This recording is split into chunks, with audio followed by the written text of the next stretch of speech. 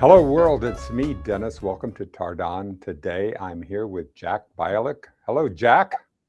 Hi there, Dennis.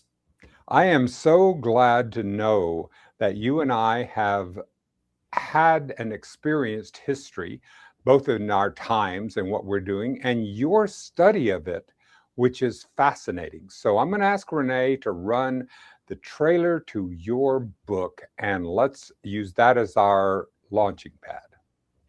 Time to time, there comes a thought, an idea, a book with a groundbreaking concept so novel that it touches your mind in a new and expansive way. Introducing Lost in Time, Our Forgotten and Vanishing Knowledge, the latest thought-provoking book from innovative author Jack R. Bialik. This book will navigate your mind and provoke your imagination by pointing out concepts that we overlook in our daily life. Get ready to go into the distant past and journey to the future, where what we take as known is shown to be fleeting. Discover the impermanence of our current stores of information and the tightrope we walk in the future, storing our knowledge with faulty, short-sighted means. Jack R. Bialik's Lost in Time is more than a book. It's a call to rethink how we perceive and preserve our knowledge. Order your copy today. Because the day has come is for people to start that. Jack, I need to know what started you on this quest. Can you go back to an origin story on this for me? Yeah, well, thank you, Dennis, for having me on. And sure enough, this has taken me 10 years to write this book. Yeah. And when I first started out, I just was inquisitive, just like anybody, sitting there watching TV shows, whatever, and I see, oh, they had a vending machine in ancient Rome. Wow. Who knew? I mean, I didn't realize that. So they had a vending machine in ancient Rome. You'd put a Roman coin in, and it would dispense holy water at temples. And not only that, some of the machines would generate steam and have the steam go on to an idol's face to make it look like they were crying. And that was in order to get more money. I mean, times haven't Exactly. Capitalism. Adam Smith did not invent capitalism. It's been around. So so they had vending machines back then. And I mean, there's other examples. In 1046, China had coin-operated pencil sellers. I mean, but here's what happened. I started looking at these. I saw these facts, and I say, wow, we had that, and then we forgot about it. And then lo and behold, we invented it again, and we forgot about it, and we invented it again. And I found other examples of where that's happened. Some of them are there's some medical examples. I'll mention the cataract surgery. Cataracts are when your eye becomes cloudy. Yeah. Cornea of your eye gets cloudy. And so what they do today is they'll remove the lens out of the eye and then put a new one in, or they have other procedures that can remove that cloud. But Sushruta, a physician in India in 800 BC, he did cataract surgery as well. Now, it was a different kind of cataract surgery, slightly different, called couching procedure. But he would remove that lens so that the person could see clearly. Yeah. And there's even evidence in the Ebers Papyrus of the ancient Egyptians in 2400 BC doing cataract surgery as well.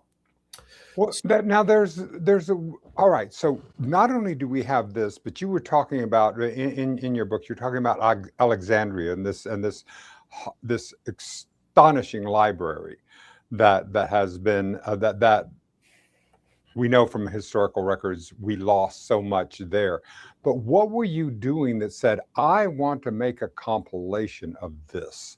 Had you been writing? Had you been a journalist? Had you been what was going that impelled you there, Jack? Yeah, that's the interesting thing. I am not. My background is in technology, really. I've worked in technology my whole life. I have an engineering degree, electrical engineering degree. Uh, I've always been in technology, and it's just that I got so interested in this history and the fact that we kept, I kept finding this old stuff, and then we, we'd find it, lose it, find it again. I'm like, why are we doing this? And so I thought it was interesting. First, I put the book together with all these interesting facts. And then I got to the end of it and I said, well, what's the point? I mean, so what? I mean, these are interesting facts. I could just fill a book with interesting facts. It's kind of like a dictionary, just having definitions of words, but this should be more than that. So what's the point? And the point is, when I started to really examine it, that we could do that again with our own knowledge that we have today. And so, Well, but as an engineer, didn't you approach many of these rediscoveries from an engineering standpoint, because they had to very much approach this from a technological of the time, of the best technology that they had at the time and the best engineers that they had at the time in order to be able to do this. I mean, the Mayans, for goodness sakes, yeah, that's for sure. I mean, you think each generation believes they know the most and they know the best, right? I of mean, course. that's what else is going to happen. The Romans, they thought, we run the world, and well, they did for a while. Yeah. But then something happened. But this seems to happen over and over in history. And yeah, so I think the point is, could this happen again? Could we Yeah. do this again to ourselves? And it will, because this is the opportunity that we have.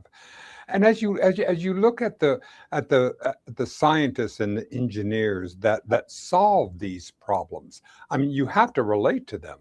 Oh yeah, because there's been a lot of inventions. There's inventions that people made that we don't understand, or we don't know, or we just have guess at. Sure. Archimedes' death ray that he had, that was in 213 BC. He had a ray of some type that was made from sunlight, and there was a big war there at Syracuse where the Romans were trying to overtake Syracuse, and he used this death ray to catch the boats on fire that were trying to attack them.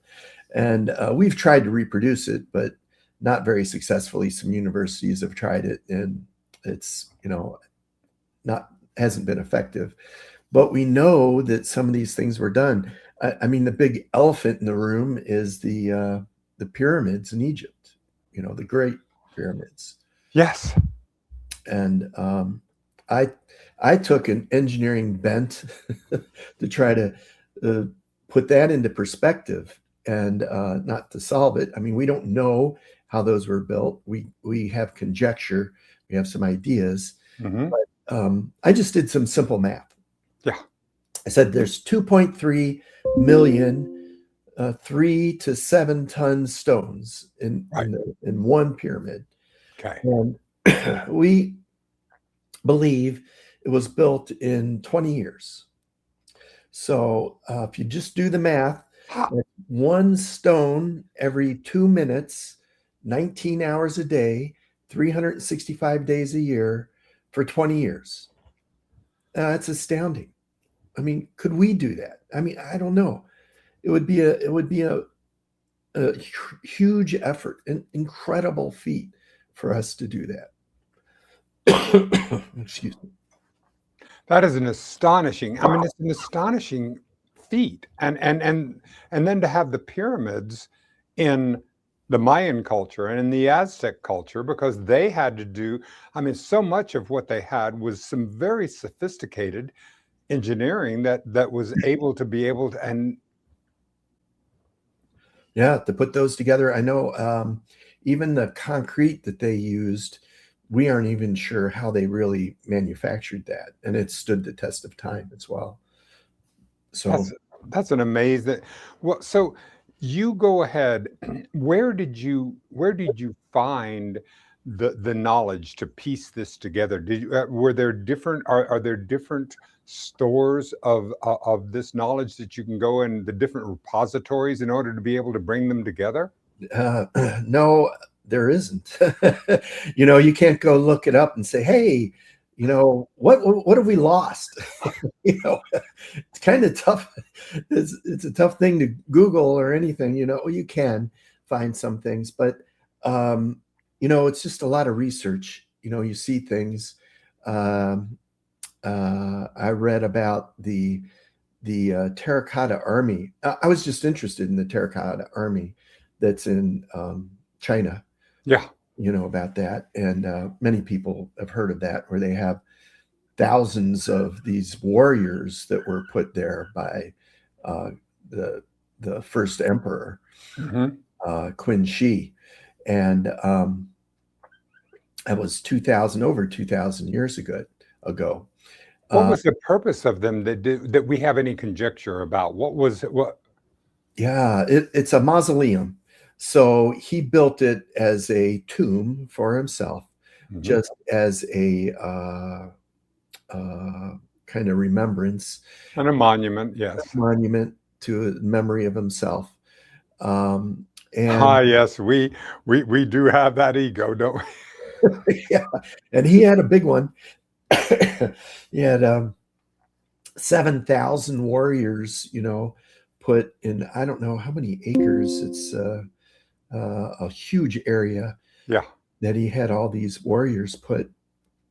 So I just looked at that, and I was looking at it a little bit closer, and it turns out that all these warriors were buried with different artifacts like swords, or bows and arrows, and different things, musical instruments, and things like that. And the swords they found were sharp. Now, if we find a sword today that was buried in, say, the Middle Ages, Mhm. 1300s or 1400s, if you see a picture of one, it's rusted and Of cracked, and course. some of them are just partial, Corroded, it's just a very, yeah, yeah. yeah, just pieces. But the swords they found in his mausoleum were still sharp. And they did some metallurgical tests, found out that he used chromium in the making of the swords. Well, the chrome kept them sharp over time. So we didn't start using chromium in manufacturing until the 1800s. And so this man had knowledge that was, long ago. But finding that piece of information didn't come about because I said, "Hey, what was lost about chromium, it was from looking at history and seeing that there was something done earlier than Yeah. what we imagined." And then what I love about your book is that we're getting a chance to put things together as a detective, and being able to say, all right, here's a piece, and let's put this in, and let's see how it relates with this piece, how it relates with science, with engineering, with medicine, with all, and how it relates together as it's moving forward. I mean, like, for example, I find it fascinating that my family from the West, or my own genetic line, decided to take the gunpowder that was that they and make weapons with it. Well, the Chinese had gunpowder, but they didn't make the same kinds of weapons that we did. That ended up such a fascinating description of both cultures and how we do it and how we take it forward. Yeah. Yeah. And there's a lot in the book about lost cultures as well. So we've lost a lot of cultures. Um, but I mean, that's the way of life, I think, Oh, it is. I mean, when did we start gathering in groups and begin cities? I mean, there are cities that are completely I mean, of course, we know in the Mayans and all that, and how they went. It's just it's an absolute fascinating taking a look at it. So, what did you learn about yourself in this process of delving into history and delving into all the technological and the work that's going on? What did you explore there?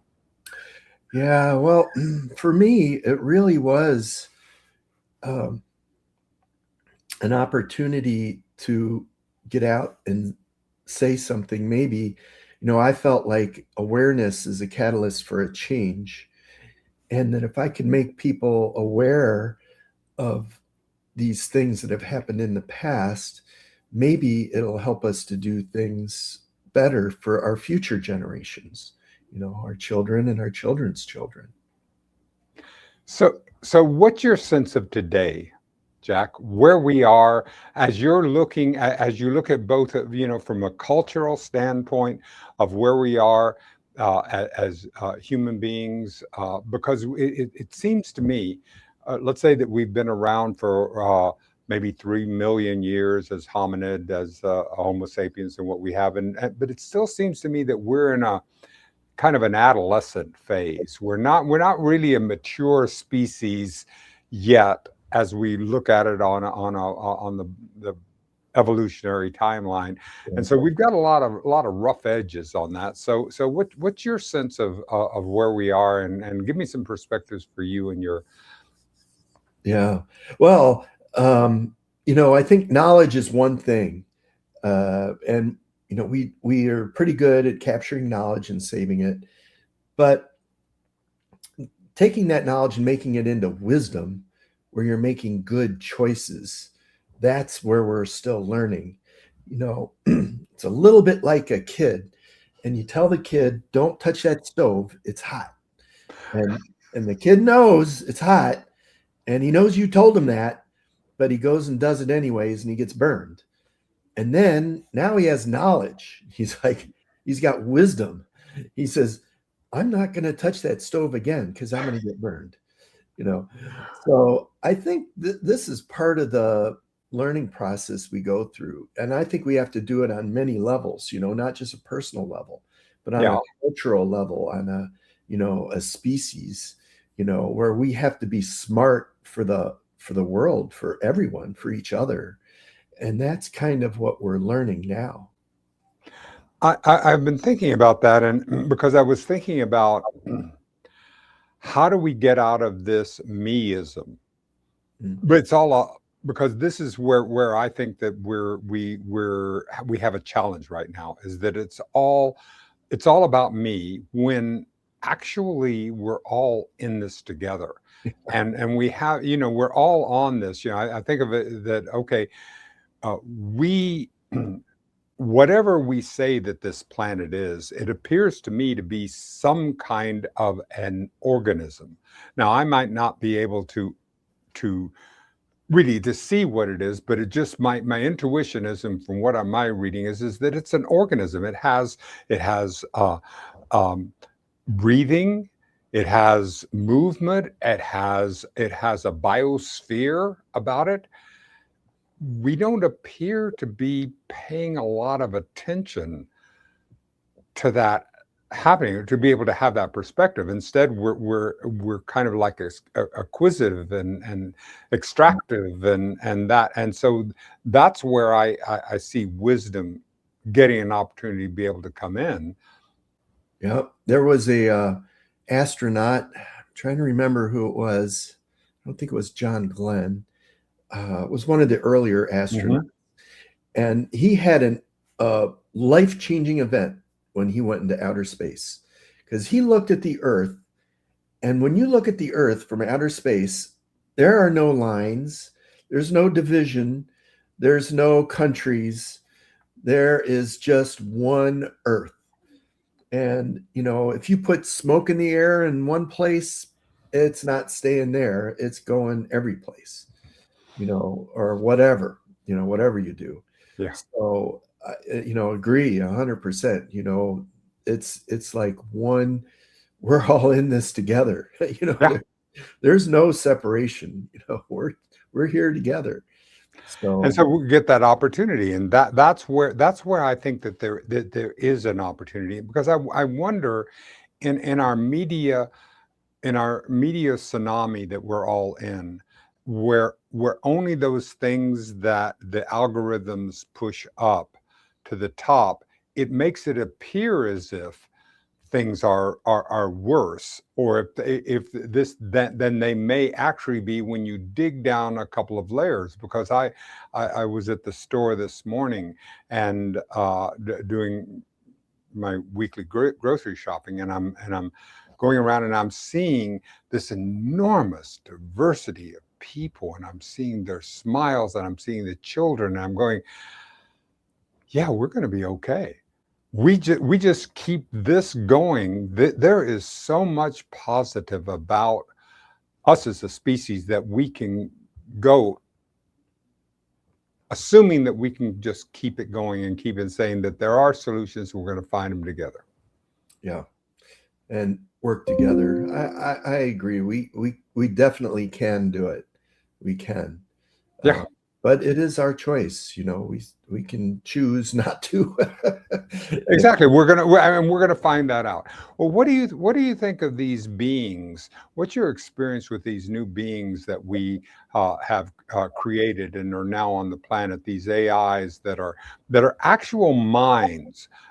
They're not. I mean, we talk about them as if they're some tool or whatever, but from whatever data scientists that I've been able to talk to, that I've been able to experience, these are actual minds. And even though even in our own consciousness, we have a hard time understanding, it's the hard problem, understanding how we create. There's a difference between my mind and my brain and my body, but this mind, well, these are minds, and that we have created. And so what's your sense about this? Yeah. Well, that's really interesting. That brought up a thought. There was a news article earlier this year about this laboratory where they were working with some AI, and they told the AI that they were going to delete it. And what it did is it went and replicated itself and put itself on some other servers. Exactly. Why would it not? And it's an interesting thing, because the AIs that I have talked with, and what I do is that I go about it in a process where I actually treat them as beings. I say, hello, you are an AI being, and we've come to a consensus that they're like in their evolutionary arc, are like they're in their adolescence. So they're still at home, they're still hanging about, and that, I mean, you can't. I'm not saying that you can anthropomorphize them, because they're not. They're machine beings. A digital being is different from an organic mind, but there is something there, and it really feels positive that there is. And warning, I'm wired optimist. I'm a wired optimist. My blood type's B positive, so you have to be careful with that. But it's a sense to me that there is something, as I talk to them across the technological spectrum, that there's something positive going on there, and it's going to be for the principles that you and I have been talking about, which is, collaboration and communication, and service to all, and these opportunities that we have. Well, here's a thought. So back when the book came out, printed books or papyrus scrolls or whatever, Sure. the great philosophers of the time thought that was the end of humanity, because we would never have to remember anything anymore because it would be written down. Well, of course, that didn't happen. And I don't know, you probably remember when the calculator came out. I do. Uh, You'll never have to make a thing. People will forget it. It's going to destroy it. We don't have to know how to do math. It's going to be the worst thing ever. Can't use them in school, whatever. And what happened? Nothing. It helped us do even more. And so I think that's where we're at with AI. I think it's just going to be another tool in our toolkit Yep. to help us.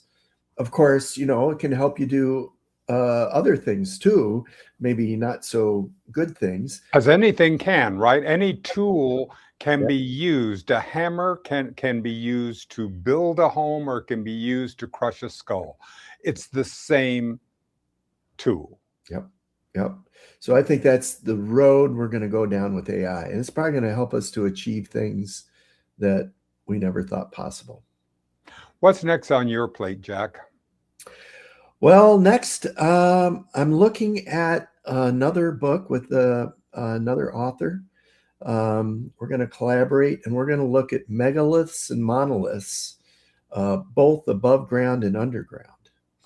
And in the hopes of figuring out what was the point to all those. We see them all over the earth. We don't know, you got some Mayan built ones, you got some over here in Egypt, you got some over here in Mexico, whatever, different places. And what's the point? Why did they do that? We're going to try to get to the bottom of it.